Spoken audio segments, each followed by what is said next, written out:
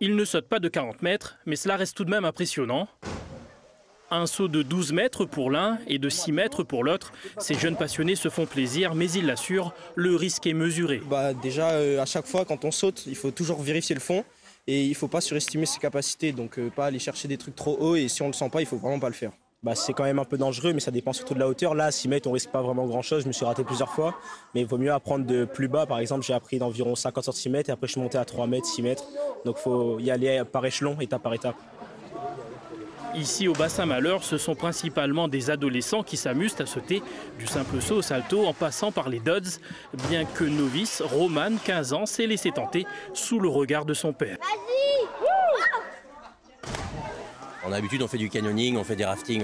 Non, il n'y a pas très haut, ça va. Il y a profond surtout.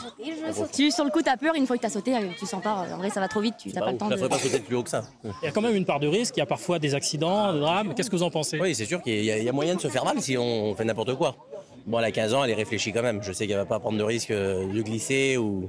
C'est moi qui la pousse à le faire.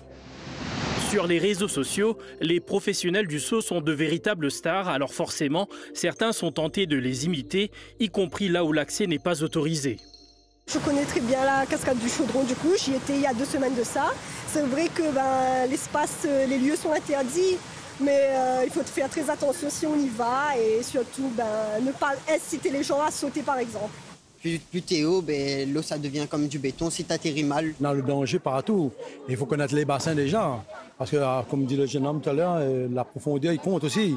Et savoir sauter. Parce qu'à tout moment, on a 2-3, comme on dit, ils plongent la tête baissée en bas. Il y en a 2-3, ils sortent pied devant. Un risque qui peut donc s'avérer mortel, d'où l'appel à la prudence lancé par les autorités.